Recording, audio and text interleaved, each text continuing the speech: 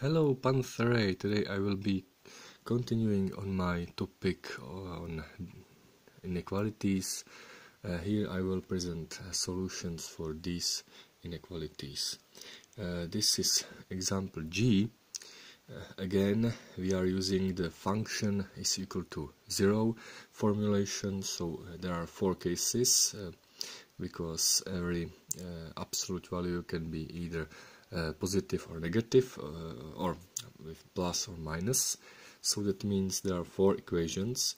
Here, if you use equality with both this equal to x and this is x squared minus 5x without modifications, you will get 0 is equal to 0.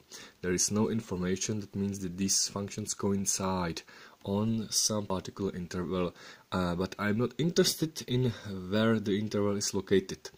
I just need to know where are the points where the function crosses the x-axis, but there is not just crossing, but there is overlap, so I need just one point, so I will dismiss and I will return to this case later. These other cases will give us solution 0 and 5. Well, and these are the only cases because the third and fourth case will give us again the case x is equal to 0.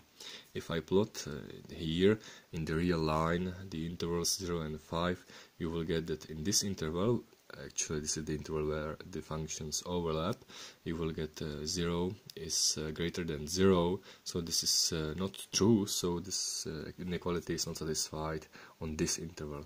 And there is a satisfaction, so the solution is this union of intervals, or I can rewrite it as minus infinity to 5 without the number 0. Yes, the 0 is excluded, because when this function is 0, there is exclusion. Well, another example is when this absolute value is greater or equal to 1. Again, I will split this into 2 cases, whether the function is equal to 1, whether the function is equal to minus 1. This will give us some solutions. Some of them are correct, some of them are not correct because their discriminant is negative, so there are no solutions, and there are solutions given as these. And you can clearly show, substituting this using your calculator or using just simple mathematical operations, that these are indeed solutions. The other way how to prove that these are indeed the solutions is that this equality, whenever this equality is expression is equal to 1, automatically this is positive, so this is the only case which can be thought about. Yes, so this is the only case which is possible. Well, and again you just check for some numbers from given intervals, and there is the solution. Please, I recommend you, all viewers, to watch the previous video, otherwise you will not be familiar with the method itself. The method is the underlying principle is that we just rewrite this as an inequality and solve the null points, yes, and then just putting some numbers from the intervals which are cut by these null points, you will get whether the function is satisfied, the inequality is satisfied or not. Another example, very simple one, is this one. Again, there are 2 cases with inequality with plus this or minus this. These have this has solutions minus 5 and 2.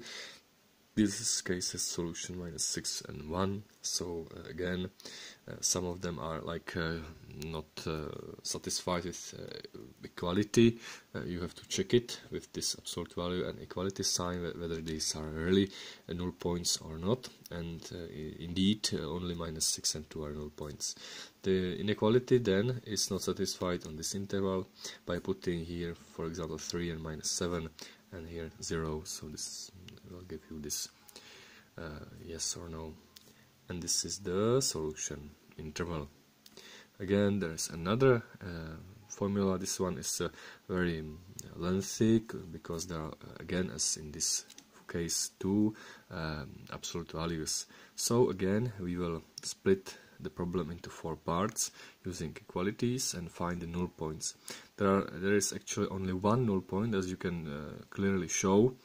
as you can see, and you can clearly show it yourself, only 0.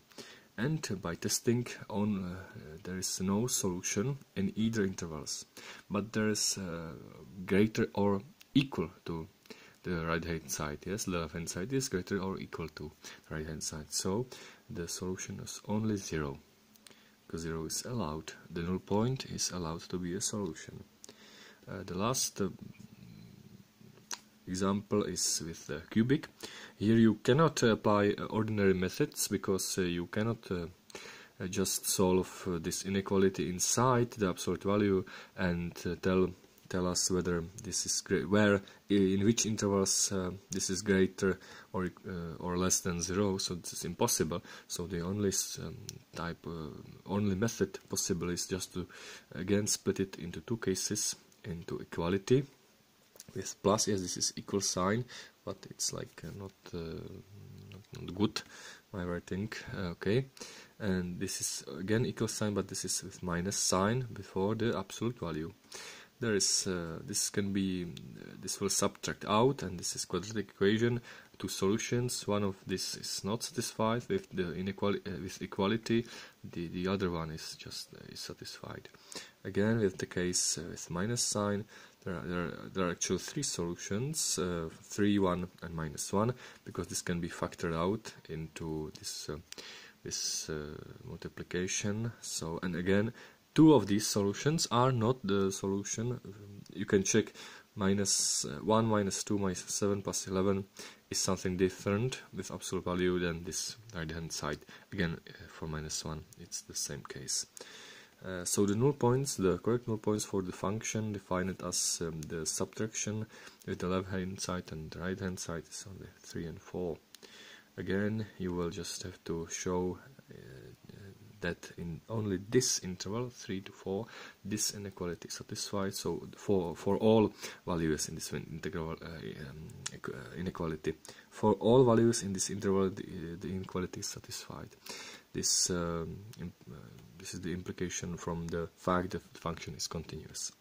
And again, here the function is the inequality is not satisfied, so the only solution is from 3 to 4, and this is less than, so this should be like curly brackets, yes, or not curly, but this open, it's open interval, yes, for 3 to 4. Okay, so I hope you enjoyed this video. Maybe next time I will show you some other inequalities, and for today it's the end. Okay, so Panther A, and have a nice day.